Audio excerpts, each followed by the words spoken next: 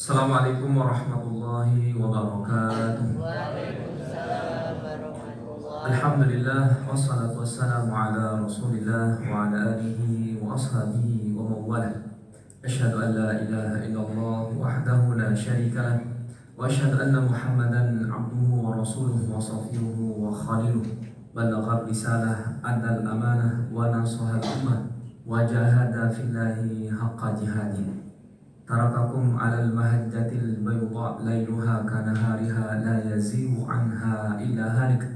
Alhamdulillah jamaah Masjid Baitul Muhajirin yang dirahmati oleh Allah. Pagi hari ini marilah kita kembali perbaiki kualitas syukur kita kepada Allah Subhanahu wa taala.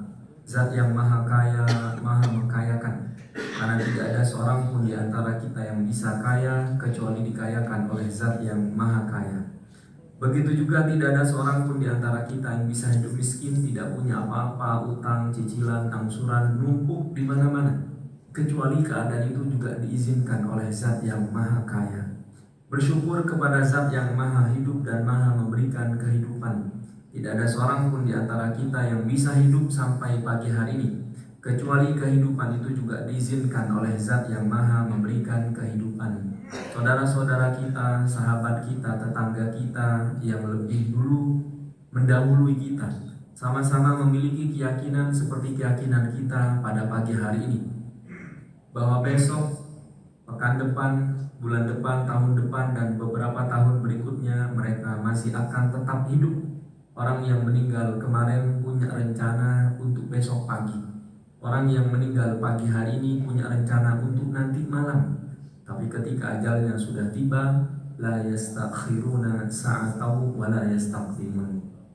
Jamaah sekalian, kurang lebih 45 menit ke depan kita akan membahas tentang Muharram, momentum muhasabah diri. Tidak ada seorang pun di antara kita yang tahu usianya sampai tahun berapa. Juga tidak ada seorang pun di antara kita yang tahu kapan, di mana, bagaimana dia akan meninggal dunia. Maka kita yang beriman kepada Allah Subhanahu wa taala mempersiapkan diri sebaik mungkin sebelum ajal menjemput kita. Jamaah sekalian, hari ini 1448 Hijriah bertepatan dengan tahun 2026 Masehi. Kalau 100 tahun yang akan datang, insya Allah tidak ada seorang pun di antara kita yang masih hidup. 50 tahun dari ini tubuh kita akan semakin lemah. Untuk hidup pun kita butuh bantuan banyak orang. Betul Pak ya? 50 tahun dari hari ini kita mungkin lebih sering ke rumah sakit. Bahkan untuk berjalan pun kita ditumpu dengan tongkat, sebagian bergantung kepada kursi roda. 100 tahun dari sekarang ada nggak yang masih hidup? Tahun 2126 Bapak Ibu masih hidup? Insya Allah sudah tidak. Kalau kita tidak beribadah tahun ini, 100 tahun yang akan datang pun kita tidak akan beribadah. Kalau kita tidak menjalankan kewajiban kita hari ini, 100 tahun pun insya Allah kita tidak akan menjalankan kewajiban. Kalau kita memutuskan untuk tidak berubah hari ini, maka 100 tahun yang akan datang pun kita tidak akan berubah. Kata Allah dalam Al-Quran surat Ar-Ra'd ayat yang ke-11, Innallaha la yughayyiru ma biqaumin hatta yughayyiru ma bi anfusihim. Sesungguhnya Allah tidak akan mengubah keadaan suatu kaum sebelum mereka mengubah keadaan diri mereka sendiri. Jamaah yang dirahmati oleh Allah, kita sudah pernah hidup di alam janin. Menurut janin, kandungan itulah yang ternyaman. Maka untuk keluar pun mereka harus dipaksa. Padahal sebesar-besarnya perut seorang ibu tidak lebih dari tempat janin itu berada. 9 bulan 10 hari kemudian kita dilahirkan oleh ibu kita. Kita hari ini berada di alam dunia. Kata Rasulullah, a'mar ummati ma bainas sittina illa sab'ina wa qalilun man yajuzu dzalik. Usia umatku, kata Rasulullah, berkisar 60 sampai 70 tahun. Sedikit sekali dari umat Rasulullah yang usianya lebih 60 tahun. Jamaah sekalian, ada nggak yang usianya sudah di atas 60? Banyak. Alhamdulillah, Masya Allah. Bersyukur kepada Allah sudah diberikan usia lebih dari 60 tahun. Kalau kita merujuk kepada Nabi kita yang mulia baginda Rasulullah SAW dan para sahabatnya, Rasulullah meninggal tahun 11 Hijriah di usia 63 tahun. Kemudian khalifah berikutnya Abu Bakar As-Siddiq radhiyallahu ta'ala meninggal tahun 13 Hijriah pada usia yang sama 63 tahun. Kemudian Umar bin Khattab meninggal tahun 23 Hijriah pada usia yang sama. Kemudian Utsman bin Affan meninggal 82 tahun pada tahun 35 Hijriah. Sahabat berikutnya Ali bin Abi Thalib meninggal tahun 40 Hijriah juga di usia yang sama 62 sampai 63 tahun. Bapak Ibu yang hari ini usianya lebih 62, 63 bersyukur karena lebih banyak dari usia Rasulullah Shallallahu Alaihi Wasallam. Nah, orang yang hidup di dunia merasa dunia segala-galanya, padahal kehidupan selanjutnya selalu lebih besar dan selalu lebih lama. Janin mengira hidup yang terbaik di alam janin. Orang yang hidup di dunia mengira dunia ini sudah luas. Ternyata di alam barzakh lebih lama. Rasulullah meninggal tahun 11 Hijriah. Sudah 14 abad yang lalu. Dan Rasulullah lebih lama di alam barzakhnya daripada alam dunianya. Begitu juga dengan kehidupan kita setelahnya, kita akan hidup di alam akhirat. Dalam Al-Quran disebutkan satu hari di akhirat setara dengan 1000 tahun di dunia. Ka'alfi sanatin mimma ta'udun. 1000 tahun di dunia, kalau kita bahagia, kita akan bahagia. Na'udzubillah min dzalik. Kalau kita hidup 1000 tahun di dunia, sengsara, miskin, banyak utang, tidak punya uang, kelaparan, kira-kira bisa bahagia atau tidak? Gak bahagia. Bapak Ibu sekalian, persiapkan kehidupan setelah kematian kita. Karena itulah kehidupan yang sebenar-benarnya. Di dunia bisa saja kita dipuji oleh tetangga dan saudara. Satu saja sebabnya karena mereka tidak tahu dosa kita. Betul atau tidak? Kenapa seorang ustadz dipuji, dihormati, disegani? Karena jamaah gak tahu dosa ustadznya. Kenapa jamaah dihormati oleh ustadznya? Sama-sama gak tahu dosa masing-masing. Kenapa suami dihormati oleh istri? Karena istri gak tahu dosa suaminya. Seandainya ibu tahu semua dosa suami, mungkin ibu hari ini akan ke pengadilan agama untuk gugat cerai. Seandainya seorang anak tahu semua dosa bapak, mungkin dia akan malu mengakui kita sebagai ayahnya. Seandainya seorang istri ketahuan semua dosanya oleh calon suaminya, mungkin bapak gak akan menikah dengan istri yang sekarang. Dan semua dihormati karena dosanya ditutupi. Gak ada yang lain. Bukan karena kita yang terhormat, bukan.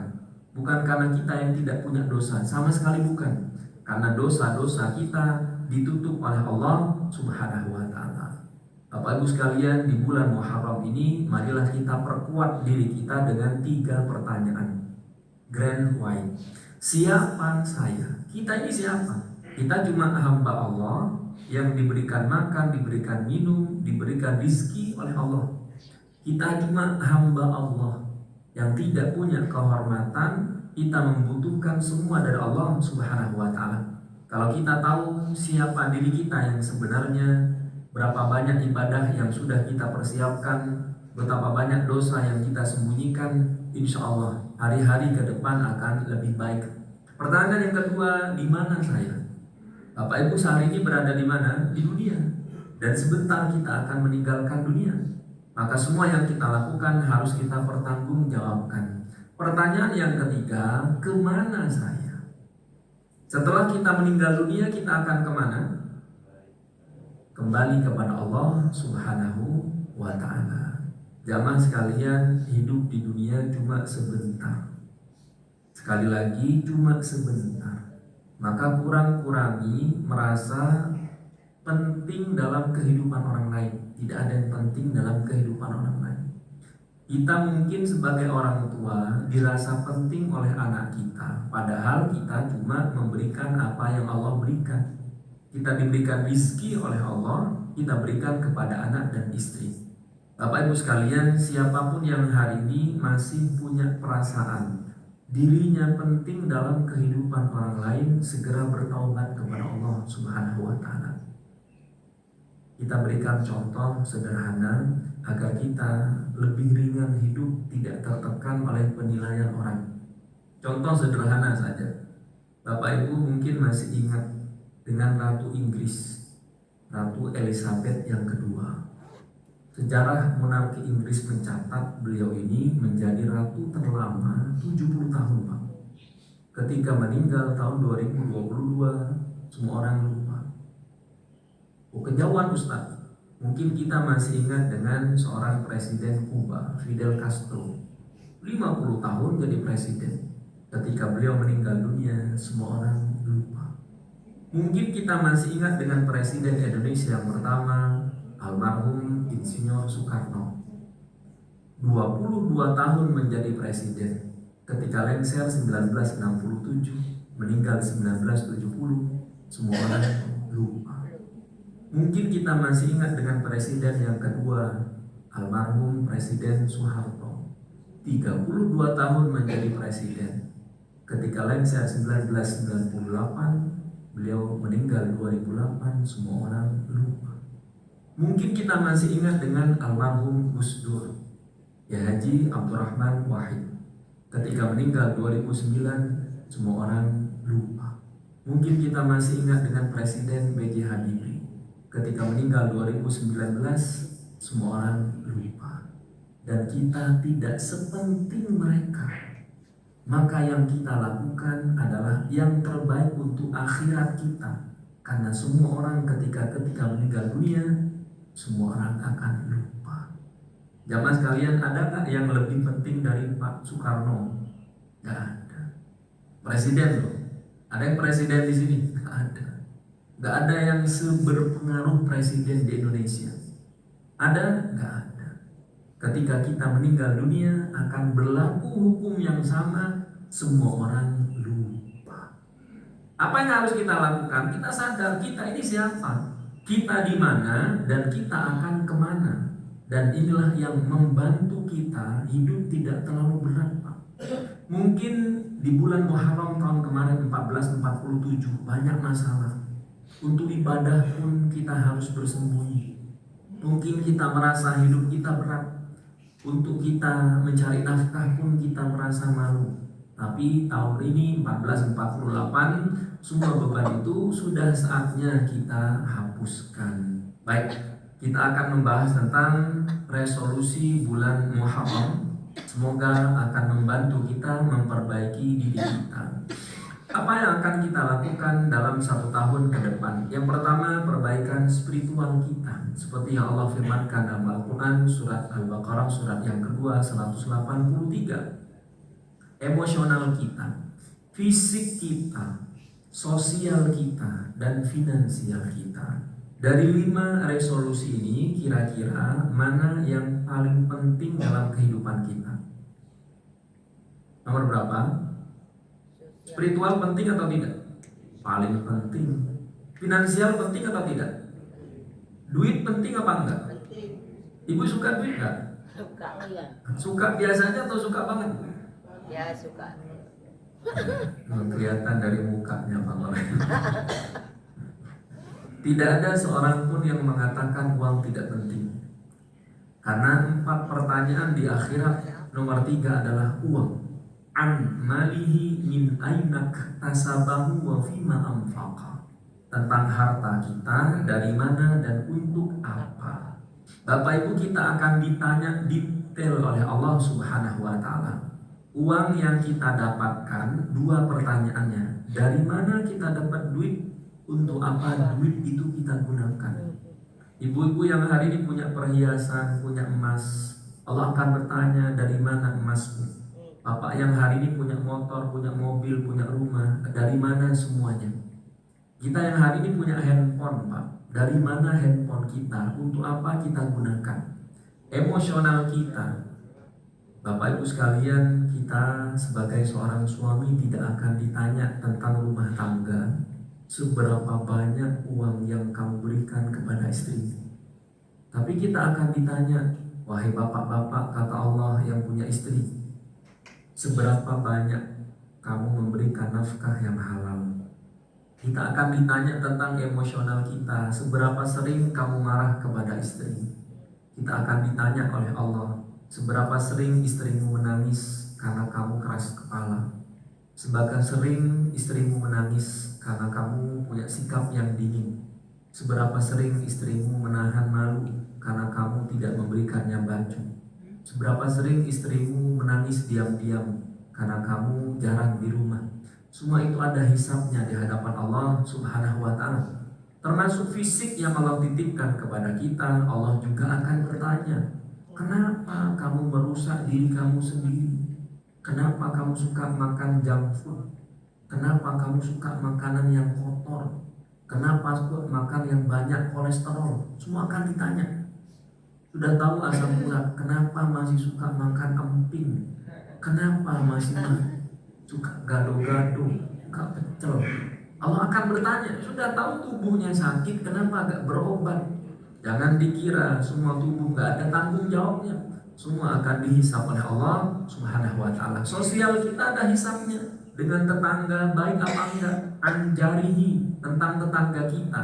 Kemudian tentang uang yang kita miliki, untuk apa kita gunakan. Kita akan bahas satu persatu. Yang pertama, resolusi spiritual. Berhati-hatilah jika kita dipuji oleh orang lain sementara kita dihina oleh Allah Subhanahu wa ta'ala. Ini muhasabah kita yang pertama. Terlihat baik gampang, terlihat sebagai orang soleh mudah. Ingin dipuji oleh tetangga dan saudara bisa kita rencanakan. Pakai saja peci, pakai gamis, pergi ke masjid ke orang benar. Siapa yang tahu maksiat yang kita sembunyikan ketika kita sendirian di dalam kamar? Gak ada yang tahu. Siapa yang tahu apa yang kita lakukan di dalam hotel ketika kita keluar kota sendirian? Gak ada yang tahu. Siapa yang tahu apa yang kita tonton di handphone kita ketika kita berada dalam kamar sendirian, tidak ada yang melihat kita? Gak ada yang tahu. Maka salah satu kehinaan idharu ziyyis salihina fil malak wantihakul maharim walau sawair fil khalwah. Menampakkan kesolihan di hadapan orang lain, tapi melakukan yang diharamkan meskipun dosa kecil ketika dia sendirian. Hati-hati. Kita mungkin dipuji oleh orang lain karena kita kelihatan baik, tapi ketika kita sendirian, cuma kita dan Allah yang tahu. Bapak Ibu sekalian, seandainya handphone kita dihisap oleh Allah, kira-kira lebih banyak pahalanya atau lebih banyak dosanya? Seandainya Allah menghisap anggota tubuh kita dari ujung kepala sampai ujung kaki, kira-kira anggota tubuh mana yang paling banyak dosanya? Kenapa? Mulut. Mata. Oh, Bapak matanya. Ibu mulutnya kenapa? Julid. Suka julid kali. Bapak matanya kenapa, Pak? Julid, Pak. Ibu kan nggak tahu mata laki-laki kemana. Baik, mudah saja terlihat baik di hadapan manusia, di hadapan Allah belum tentu. Seandainya kita hisap, kata Umar bin Khattab radhiyallahu ta'ala anhu, hasibu anfusakum qabla an tuhasabu wazinu a'malakum qabla an tuzamu fa innahu ahwanu 'alaikum fil hisab qadan an tuhasibu anfusakum al-yawm. Kata Umar bin Khattab radhiyallahu ta'ala anhu, hisab diri kalian sebelum dihisab oleh Allah. Audit keuangan kalian sebelum kalian diaudit oleh Allah. Karena audit di akhirat lebih berat daripada di dunia. Seandainya dari semua nikmat yang Allah berikan, kita coba satu saja, satu barang saja, handphone kita, lebih banyak pahalanya atau lebih banyak dosanya? Lebih banyak pahala atau lebih banyak dosa? Di handphone ini, Pak, semua dosa besar ada. Kita bisa bermaksiat lewat handphone. Bisa apa enggak? Bisa. Matanya bermaksiat lewat handphone, nonton konten-konten yang membangkitkan syahwat. Siapa yang tahu? Bapak bisa nggak bermaksiat lewat handphonenya? Apa yang kita tonton di handphone kita, mungkin sebagian dari kita lupa. Ketika dia berdoa, dia yakin Allah Maha mendengar. Ketika dia bermaksiat dalam kamar sendirian, tiba-tiba lupa bahwa Allah Maha melihat. Ketika berdoa khusyuk minta Allah kasih. Ketika sendirian dia lupa bahwa sedang dilihat oleh Allah Subhanahu wa taala. Sehingga dengan mudahnya melihat aurat perempuan, melihat aurat yang seharusnya tidak kita lihat. Dan tidak ada seorang pun yang tahu apa yang dihisap oleh Allah lewat handphonenya. Seandainya masih ada seseorang di antara bapak-bapak, mohon maaf, masih suka melihat aurat perempuan dalam sendirian, tolong berhenti, karena itu akan merusak rizki kita masing-masing. Apa yang kita nonton di handphone kita, di Facebook mungkin, di TikTok mungkin, di YouTube, Instagram mungkin, di Twitter, di Tumblr, di Thread mungkin, di WA kita, semua ada hisapnya. Baru mata. Ibu-ibu, dosa terberat dari semua anggota tubuh ini, kira-kira anggota tubuh yang mana? Lisan. Lisannya kenapa? Suka ngerumpi kan. Suka ngerumpi. Kalau ngerumpi yang diomongin apa? Ya kadang-kadang baik, kadang-kadang jelek. Kadang baik, kadang jelek. Lebih banyak baiknya atau lebih banyak jeleknya? Insya Allah baiknya. Ngomel Pak. Baik. Ada sebuah nasihat dari seorang ulama, Malik bin Dinar. Beliau mengatakan, semoga ini kita menjadi evaluasi. Kata beliau, "Idza ra'aita qasawatan fi qalbika wa wahnan fi jasadika wa hirmanan fi rizqika fa'lam annaka qad takallamta bima la ya'nika." Kata Imam Malik bin Dinar, jika kamu melihat dirimu susah menerima nasihat dari orang, susah dikasih tahu, sering sakit, tubuhnya lemah, susah cari rizki, maka kata beliau sebabnya satu, kamu terlalu banyak berbicara, terlalu banyak ngomong. Nah, kalau ngomong yang baik alhamdulillah, tapi kalau sudah terlalu lama biasanya membahas sesuatu yang tidak penting. Kenapa Ustadz kita harus menjaga mata dan lisan kita? Imam Ibnu Qayyim al-Jauzi dalam kitab Ad-Da' wa Dawa menyebutkan banyak sekali dampak buruk dari dosa yang kita sembunyikan, meskipun nggak ketahuan. Ini nggak ketahuan, Pak. Nauzubillah min dzalik.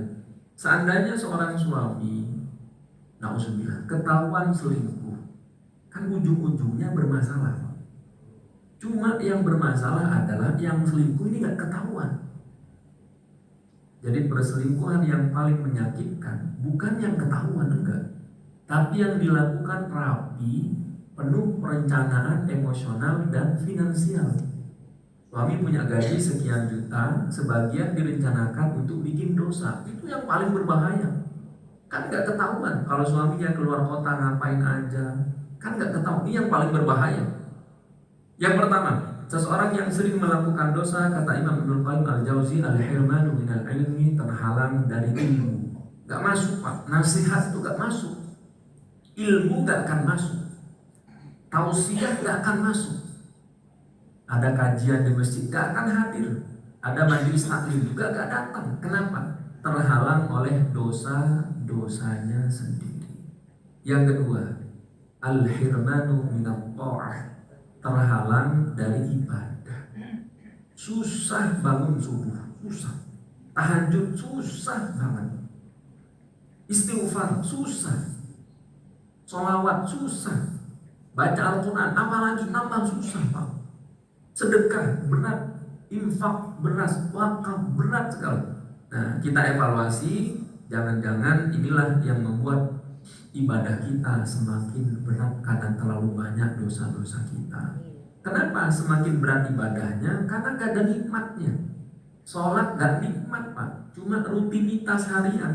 Kita sudah tahu 24 jam kita harus bersujud 17 kali. Selama 17 rakaat ini nikmat apa enggak? Gak nikmat, Ustaz. Kenapa? Terlalu banyak dosanya. Jamaah sekalian, kita evaluasi sholat subuh kita barusan nikmat atau enggak? Nikmat atau berat? Nikmat. Bapak ngasih nafkah ke istri tiap bulan, nikmat atau berat? Enggak lah. Bapak ngasih duit ke istri, bahagia atau terpaksa? Mbak, kita evaluasi ya. Seandainya Bapak punya penghasilan 10 juta, harus diberikan kepada istri 5 juta. Ketika Bapak transfer, bahagia bisa transfer 5 juta atau sedih karena duit tinggal 5 juta. Gimana? Bahagia atau terpaksa? Seharusnya bahagia. Kalau bahagia kira-kira sering transfer apa enggak? Ya silakan transfer. Boleh kok? Boleh, silakan. Silakan. Nah, semua ibadah itu sebenarnya kebahagiaan, Pak. Ada yang membuat tidak bahagia karena dosa kita. Semakin banyak dosa, semakin tidak nikmat kita beribadah. Naz'atul barakah, dicabut keberkahan. Usia gak berkah. Usia 60 belum pernah sholat tahajud. Usia 60 belum pernah umroh. Usia 60 belum pernah haji.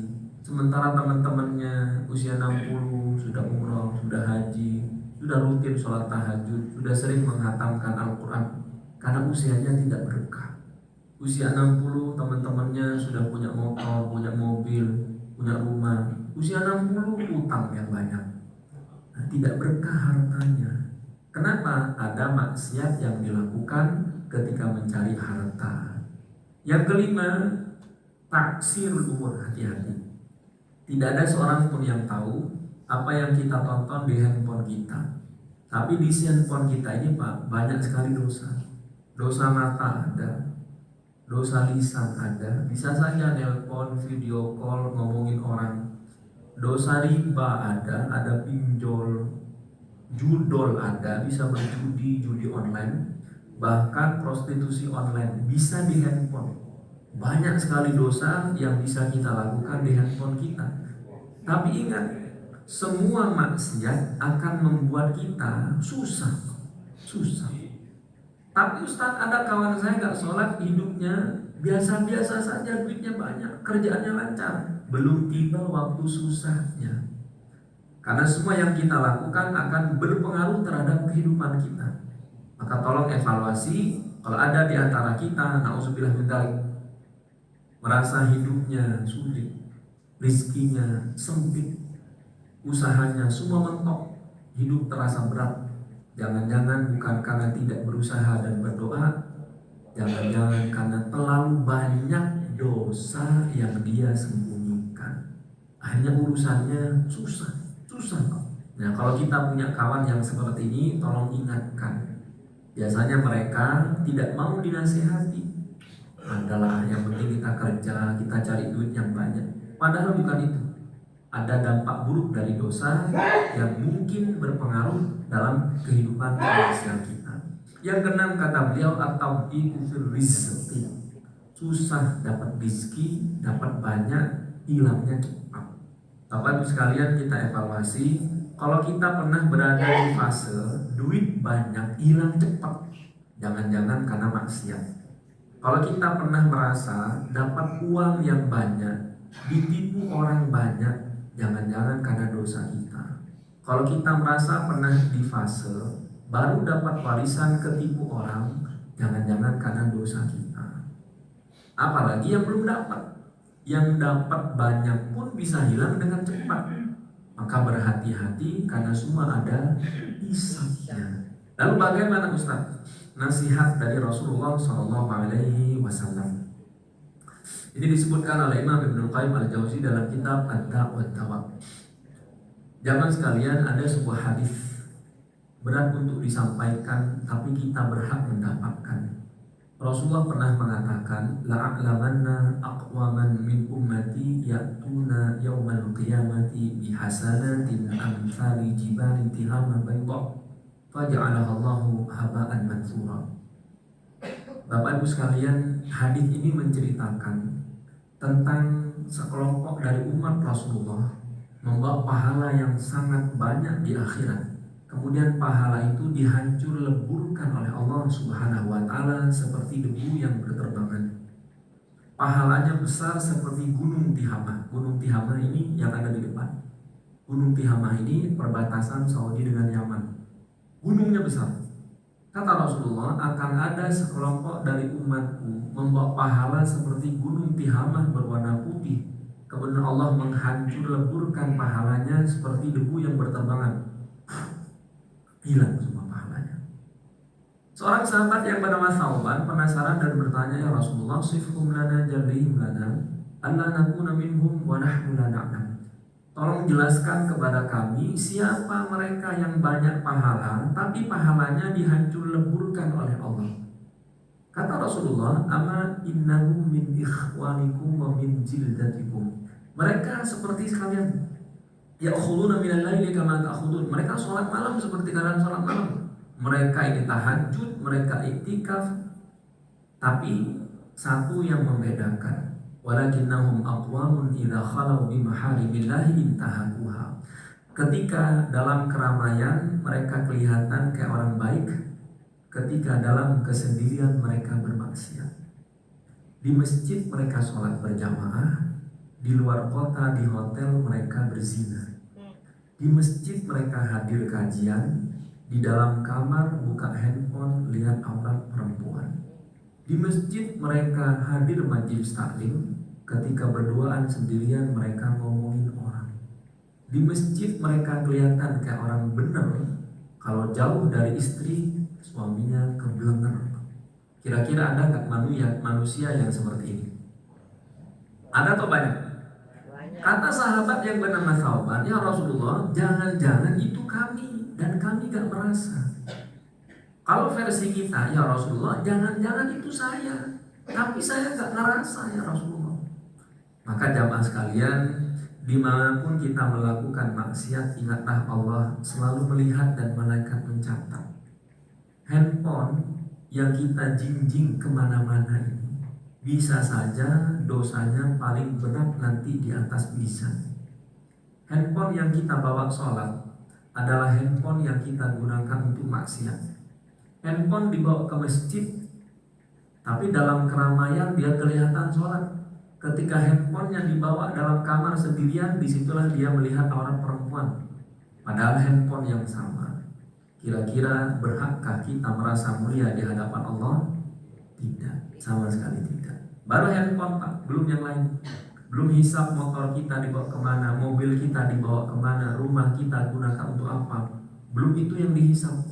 Allah baru menghisap handphone kita. Ini yang pertama, resolusi spiritual.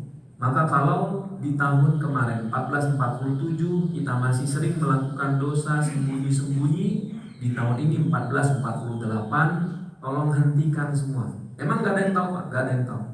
Gak ada yang tahu, serius, gak ada yang tahu. Apa yang kita lihat ketika Bapak masuk ke mall, gak ada yang tahu. Apa yang Bapak lihat ketika Bapak masuk ke pasar, gak ada yang tahu. Apa yang Bapak lihat ketika Bapak sendirian, gak ada yang tahu. Yang tahu hanya kita dan Allah Subhanahu wa ta'ala. Berikutnya, resolusi finansial. Ada orang yang rajin beribadah, tapi gak pernah ngasih nafkah. Ada yang rajin ke masjid, tapi gak pernah ngasih duit. Ada yang rajin sholat malam, tapi ke istrinya pelit. Ada gak suami yang begini, Bu? Ada. Ada orangnya di sini? Nggak ada. Nggak ada. Oh, nggak ada Ustaz. Nggak hadir Ustaz. Ada sih Ustaz, cuma nggak sholat berjamaah. Kata Imam Ali bin Abi Thalib radhiyallahu ta'ala anhu, "Laisa bi khairikum man taraka dunyahu li akhiratihi wa la akhiratuhu li dunyahu hatta yusiba minhu ma jami'a. Fa inna dunya balaghun ila al-akhirah fala takunu kalan 'alan nas." Bukanlah orang yang terbaik di antara kalian orang yang meninggalkan urusan dunia untuk mengejar akhiratnya. Sholat aja kerjaannya, gak mau kerja, jangan begitu. Tahajud aja kerjaannya, tapi gak mau cari duit, jangan begitu. Kerjaannya di mana Bu suaminya? Gak kerja Ustaz, itikaf aja di masjid, jangan begitu. Begitu juga sebaliknya, kerja aja gak mau sholat. Sampai ke Jumatan, ada gak orang yang begini? Masya Allah, Dengan izin Allah diperlihatkan di depan mata kita, mungkin sebagian driver online-nya. Waktu sholat Jumat, kamu Jumatan Pak, cari orderan, nganter barang. Pertanyaannya, orang yang seperti ini tetap miskin atau kaya? Kaya atau miskin? Tetap miskin Pak. Nauzubillah. Ini yang tidak diperbolehkan. Ngejar dunia, lupa dengan sholat. Sholat gak mau kerja, gak ngasih duit ke istri juga gak boleh. Kenapa? Fa inna dunya balaghun ilal akhirah. Karena harta kita tiket akhirat kita. Bapak punya duit gunakan untuk umroh, itu tiket surganya Pak. Bapak punya duit kasih ke istri, itu tiket surga Bapak sebagai suami. Bapak punya duit gunakan untuk haji, itu tiket surganya. Maka gunakan dunia kita untuk kehidupan akhirat kita. Dan yang terakhir, wala takunu kallan alan. Jangan jadi beban untuk orang lain. Punya saudara gak mau kerja, kerjanya cuma minta-minta, jadi beban untuk saudaranya. Punya suami gak mau kerja, numpang hidup ke istrinya, jadi beban untuk istrinya. Maka kata Sayyidina Ali bin Abi Thalib, jangan jadi beban untuk orang lain. Tapi Ustaz sudah berusaha, kenapa belum dibuka pintu rizki oleh Allah? Berarti ada dosa yang dia lakukan. Bapak Ibu sekalian, kira-kira urusan duit ini penting atau tidak? Dalam kehidupan kita, uang itu penting atau tidak? Ustaz ngomongin duit di masjid, gak bagus Ustaz ngomongin duit di masjid. Seandainya duit gak penting, maka ayat At-Taubah surat yang ke-9 ayat yang ke-60 gak akan turun Pak tentang kewajiban zakat. Gak akan turun tuh Al-Baqarah yang memerintahkan tentang infak dan sedekah. Gak akan turun tentang kewajiban suami memberikan nafkah kepada istrinya, An-Nisa ayat 34. Karena duit itu penting, maka Allah turunkan firman-Nya. Kewajiban suami memberikan nafkah kepada istri, kewajiban orang kaya membayar zakat, kewajiban sesama memberikan infak dan sedekah. Kira-kira duit itu penting atau tidak? Bisa nggak kita masuk surga karena uang kita? Bisa nggak kita masuk surga karena infak kita? Bisa nggak kita masuk surga karena wakaf tanah kita? Masjid Baitul Muhajirin, tanah ini punya siapa? Dari mana tanahnya? Diwakafkan, entah perorangan, entah instansi. Semua yang terlibat dalam urusan wakaf ini, sampai hari ini kita beribadah, mereka dapat duluan Pak, tanpa mengurangi ibadah kita. Seorang anak yang bisa kuliah dengan nyaman karena dibiayai oleh bapaknya. Setiap anak itu ke kampus, bapak dapat pahalanya.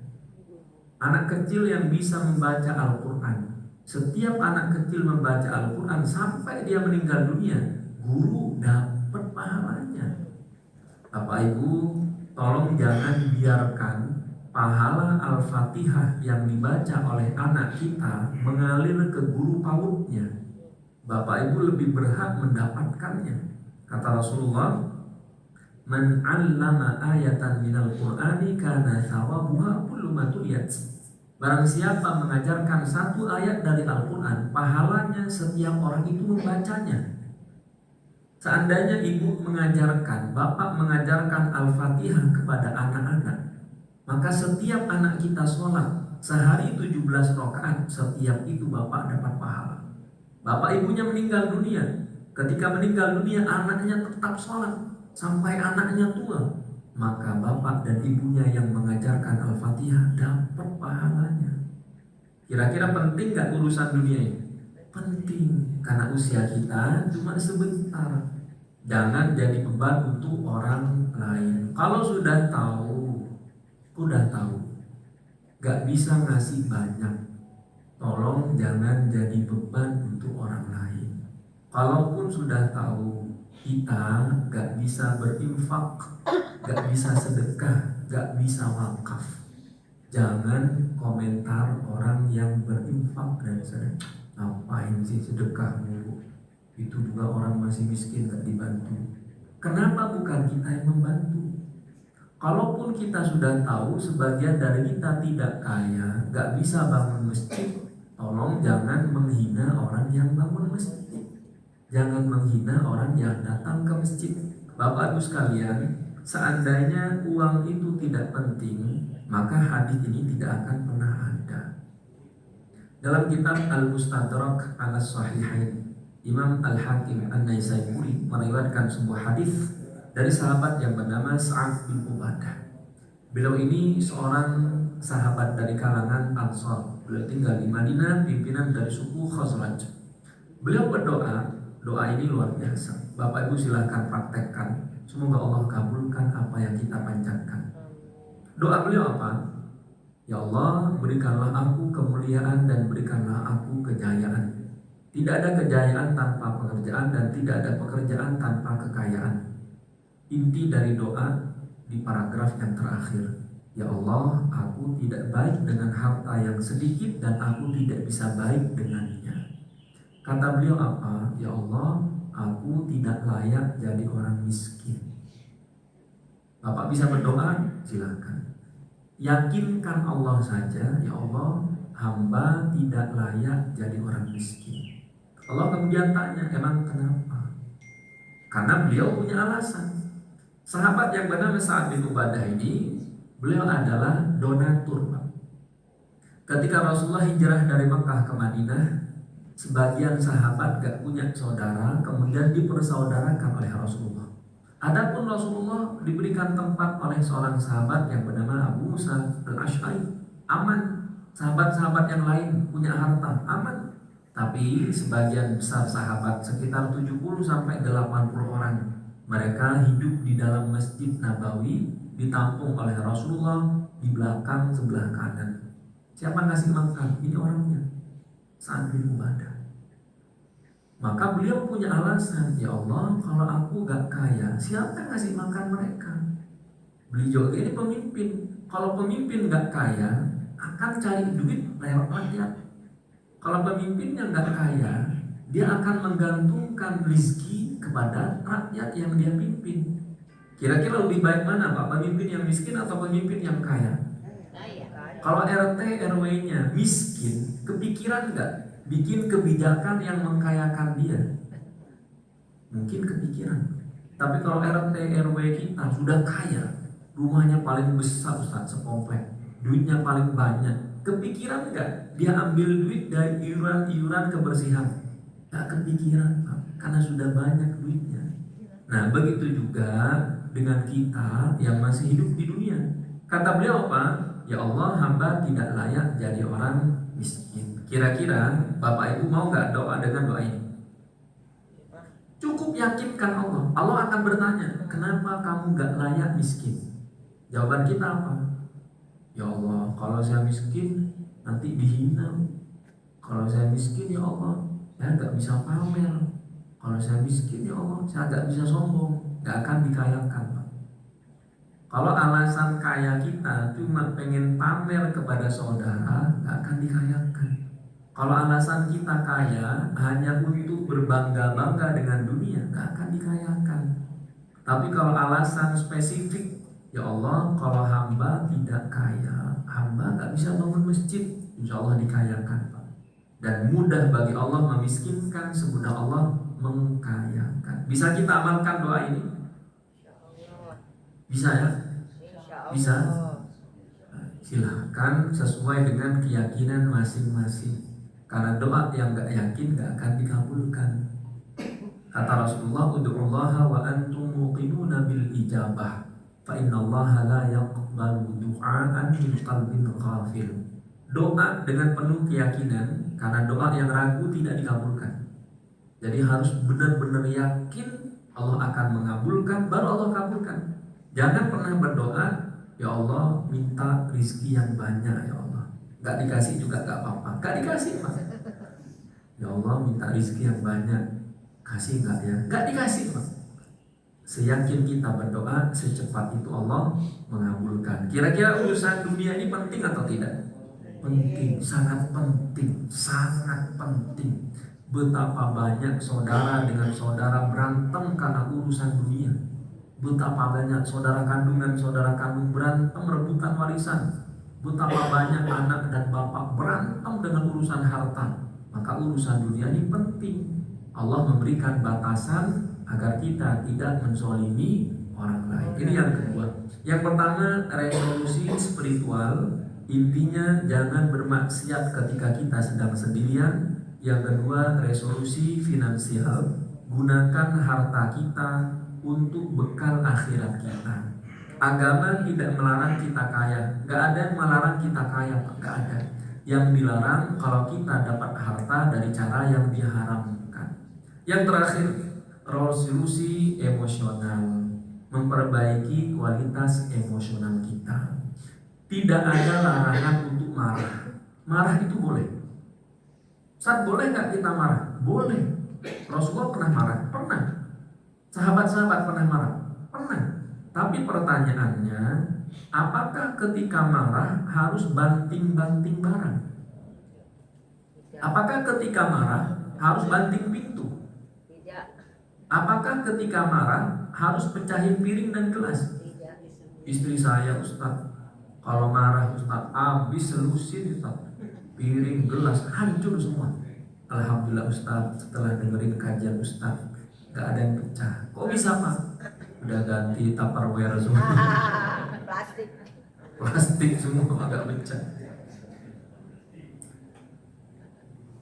Jamaah yang dirahmati oleh Allah, salah satu yang membuat kita cepat marah 3 hal ini: kesombongan, pelit, dendam.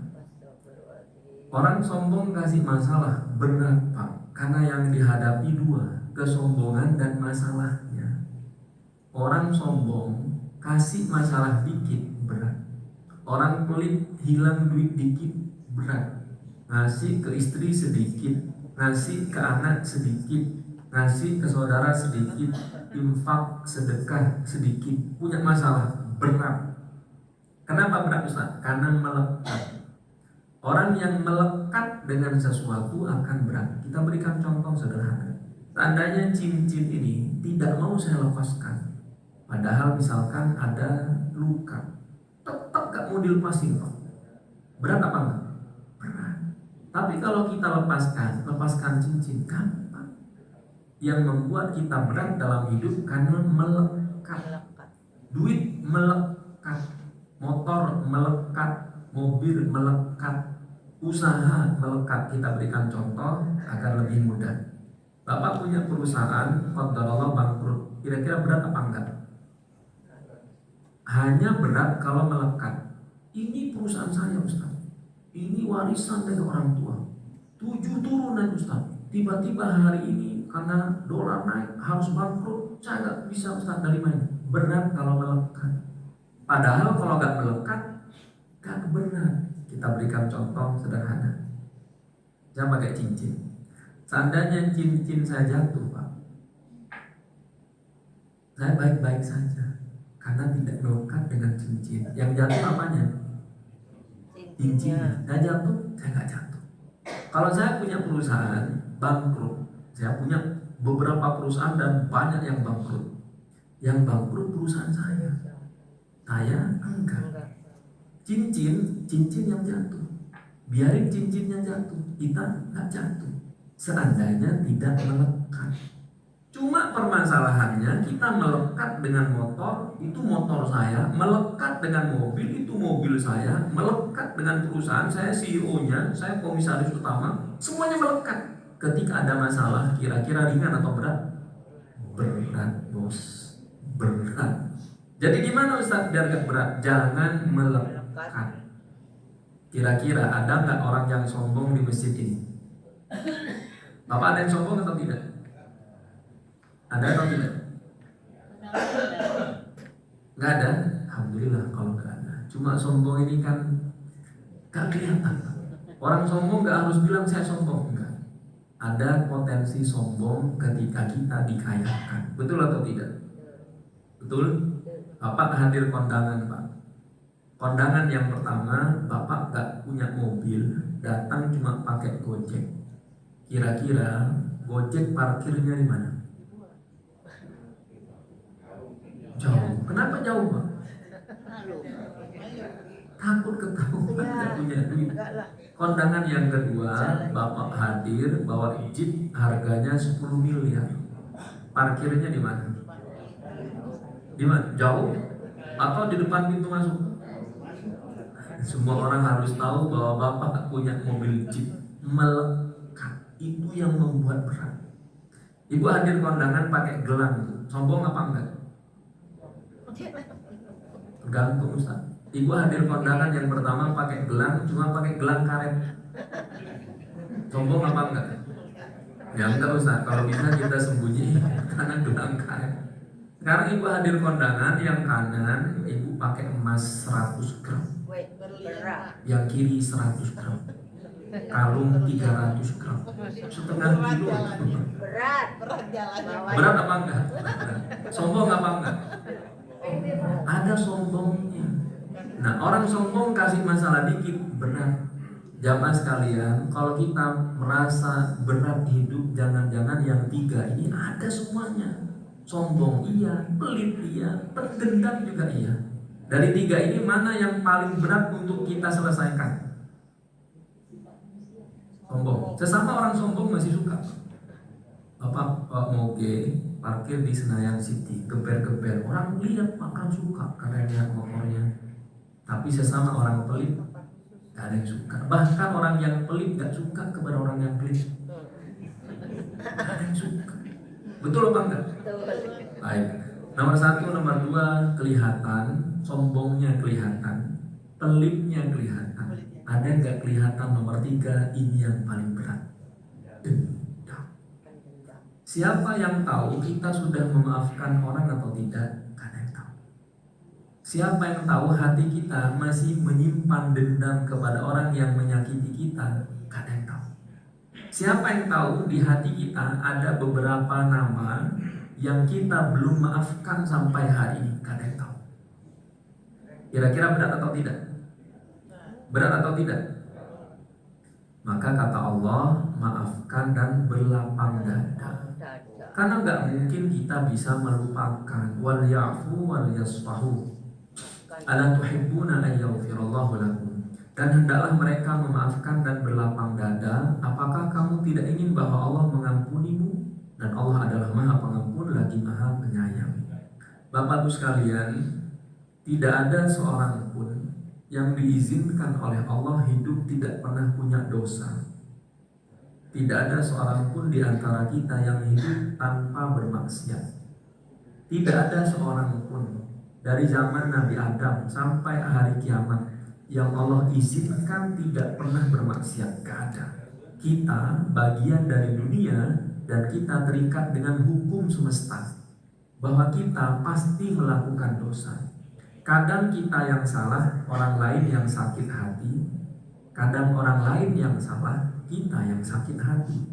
Kadang kita dihadirkan dalam kehidupan orang lain untuk mendewasakan mereka. Kadang mereka Allah hadirkan dalam kehidupan kita untuk mendewasakan kita. Kalau kita tidak bisa dewasa dengan cara yang baik, Allah paksa kita dewasa lewat rasa sakit.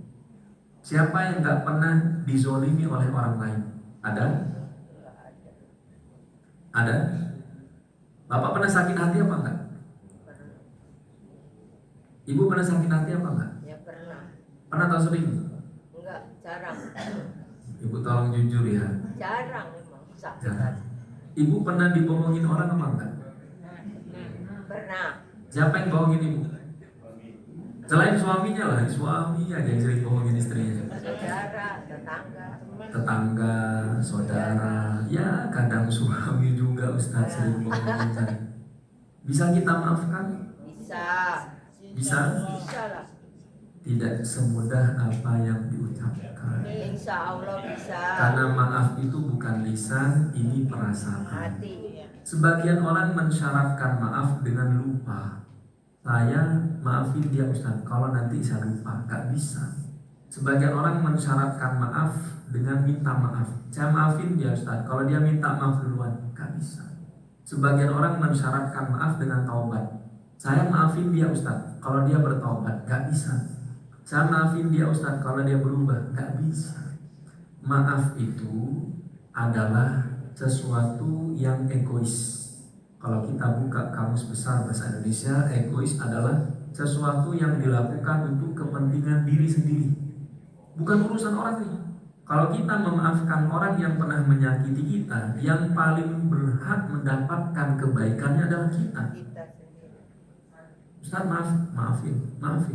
Ustaz saya mau maafin, kalau saya bisa lupain, gak bisa. Allah tidak mungkin memerintahkan sesuatu yang gak bisa. Quran surat yang kedua Al-Baqarah 286, la yukallifullahu nafsan, gak mungkin Allah perintahkan kita gak bisa. Sesuatu yang kita gak bisa adalah melupakan. Gak bisa Pak. Kalau lupa iya, tapi kalau kata kerja melupakan butuh objek, gak bisa. Apa perintahnya? Memaafkan dan berlapang dada. Gak ada perintah memaafkan dan melupakan, karena gak bisa Pak. Seumur hidup kita tidak akan bisa memaafkan, melupakan orang yang pernah menzolimi kita. Gak bisa. Sejak kita SMP, SMA, kuliah, menikah, bekerja, punya anak, punya cucu sampai hari ini, Bapak Ibu akan ingat orang yang pernah menyakiti Anda. Pasti ingat. Bapak masih ingat apa enggak? Bapak pernah disakiti orang atau tidak? Atau Bapak yang sering nyakitin orang? Enggak juga, kadang-kadang Ustaz. Bapak pernah disakiti perempuan atau tidak? Atau jangan-jangan Bapak yang sering nyakiti hati perempuan? Enggak juga Ustaz.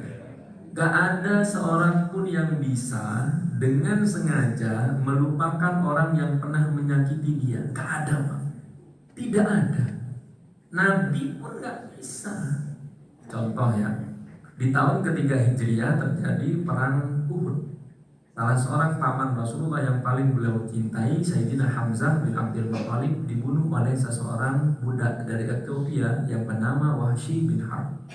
Ditombak dari depan, tembus ke belakang, meninggal Sayyidina Hamzah.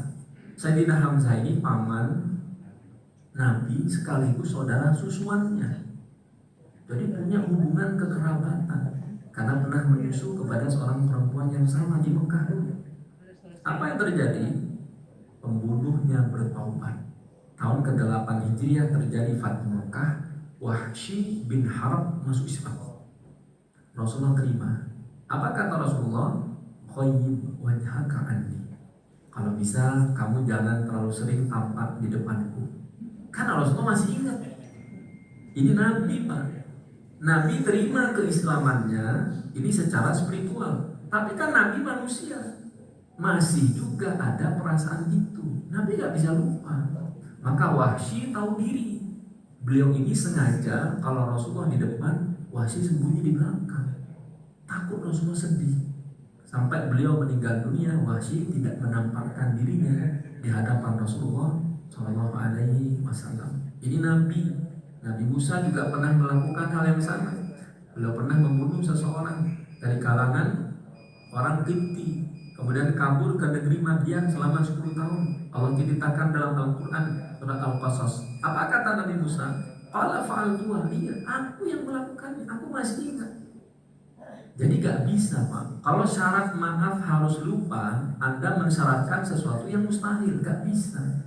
Tugas kita memaafkan dan berlapang dada. Jadi kalau Bapak diperintahkan, Ibu diperintahkan melupakan semua orang yang pernah menyakiti Anda hari ini, bisa lupa? Gak bisa. Akan tetap ingat. Siapa yang pernah nipu Bapak, Bapak akan ingat. Siapa yang pernah pinjam duit Ibu gak dibalikin, Ibu ingat orangnya? Ingat ya sudah, ingat. Ya Ustaz sih jadi ingat. Tugas kita memaafkan dan berlapang. Gak mungkin bisa lupa. Kalau kita tidak maafkan sekarang, memori itu akan datang ketika sakaratul maut. Maka banyak orang yang sakaratul maut sambil berteriak, sambil melotot, sambil histeris, karena ingin melampiaskan apa yang belum mereka maafkan. Lalu bagaimana Ustadz? Evaluasi. Jangan-jangan semua yang kita alami adalah akibat dari dosa kita sendiri. Jamaah sekalian, evaluasi 5 hal. Hubungan kita dengan Allah seperti apa, ibadah wajibnya, sunnahnya, waktunya, caranya, khusyuknya.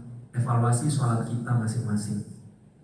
Bapak Ibu sekalian, kalau boleh jujur, kira-kira dalam sholat lebih banyak khusyuknya atau lebih banyak gak khusyuknya?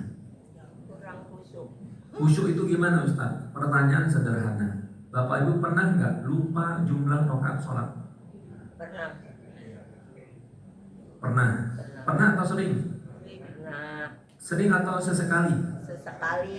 Sesekali Ustaz. Zuhur sekali, asar sekali, maghrib sekali, Ya isya enggak lah sekali. Ustaz.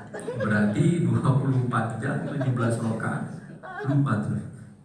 Tolong periksa sholat kita, ini bekal sebelum kita meninggal dunia. Awwalu ma yuhasabu bihil abdu yaumal qiyamati as-shalat. Sholat kita yang dihisab pertama, bukan infak, sedekah, umroh dan haji, enggak. Sholat kita. Kalau sholatnya benar, insya Allah yang lain gampang. Hisab, evaluasi, muhasabah. Urusan kita dengan orang tua kita gimana? Yang sudah meninggal beberapa waktu yang lalu. Berapa kali dia mendoakan orang tua? Berapa kali dia bersedekah untuk orang tua? Evaluasi.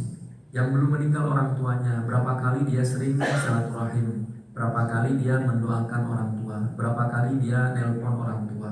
Dengan pasangan, bapak-bapak akan dihisap berapa nafkah tiap bulan, akan dihisap perhatian kepada istrinya, akan dihisap kewajiban kepada anak-anaknya. Kemudian dengan saudara-saudara kita juga akan dihisap semua yang kita lakukan di dunia. Sebagian dari kita merasa aman karena dosa-dosanya tidak ketahuan.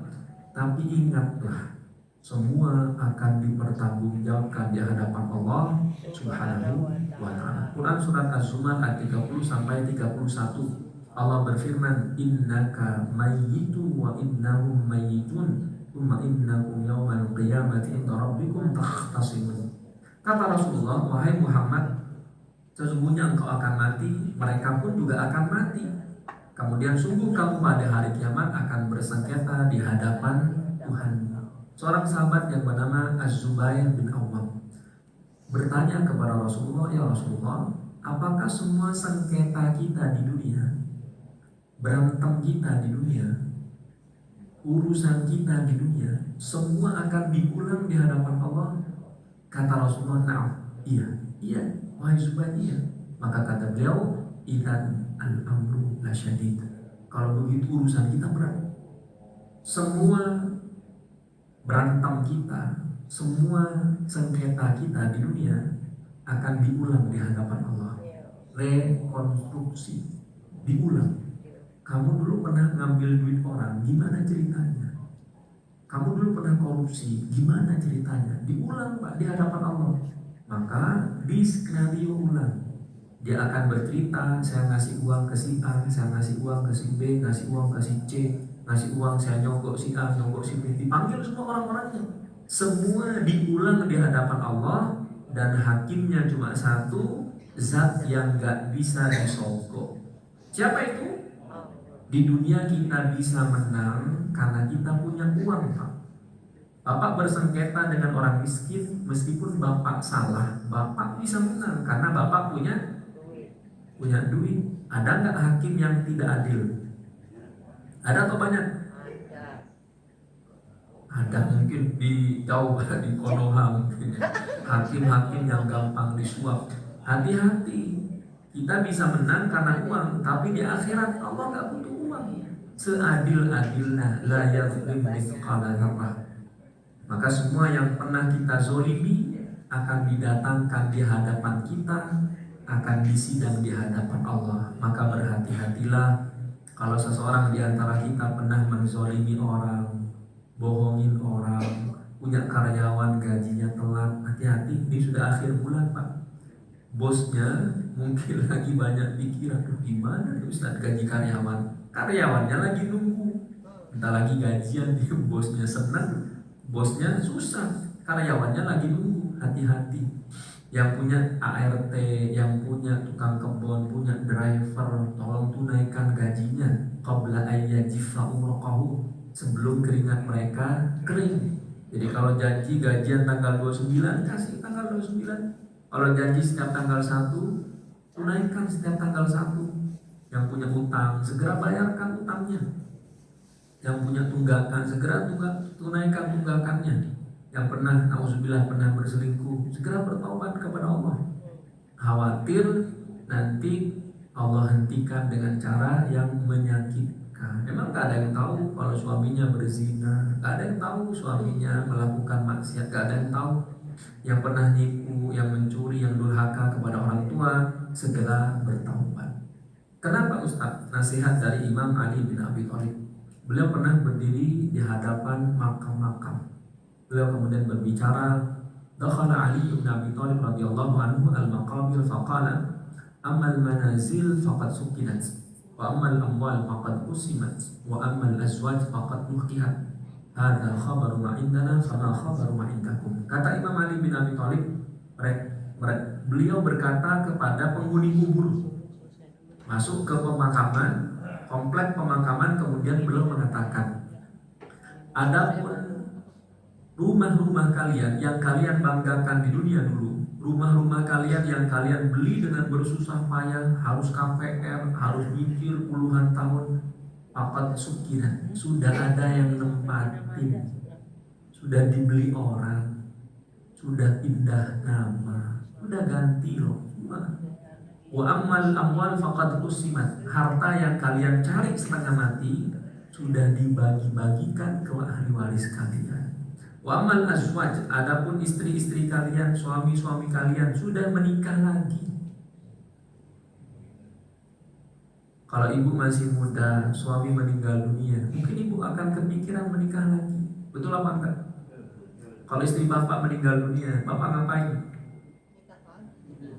Kalau ini nggak usah ditanya, rencananya sudah lama ini. Iya Ustaz, masih hidup aja Ustaz, sudah punya rencana gimana meninggal dunia. Kata Imam Ali bin Abi Thalib, wa amal azwaj faqad nukihat. Suami kamu wahai ibu-ibu sudah nikah lagi setelah kamu meninggal. Hadza khabaru ma indana. Inilah informasi dari alam dunia. Apa informasi dari alam kubur? Kata beliau, walladzi nafsi biyadihi law idza lam fil kalam bil akhbaru anna khairaz zadi taqwa. Seandainya mereka boleh berbicara, maka mereka akan mengatakan bekal yang terbaik adalah takwa. Gak ada yang lain, Pak. Gak ada bekal yang lebih baik dari takwa. Gak ada. Contoh penutup dari kajian kita. Apa yang membuat bapak banyak duit tidak bermaksiat?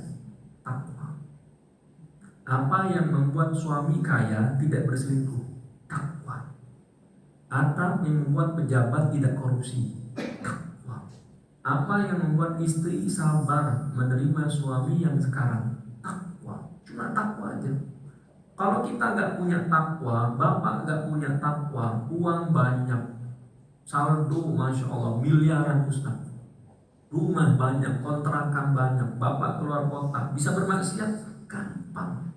Online pun bisa sekarang. Apa yang membuat kita tidak berbuat dosa? Takwa saja. Takwa. Nah, kalau orang miskin tidak bermaksiat, dua sebabnya. Ya, iya Ustaz. Yang pertama nggak ada dananya. Yang kedua nggak ada takwanya.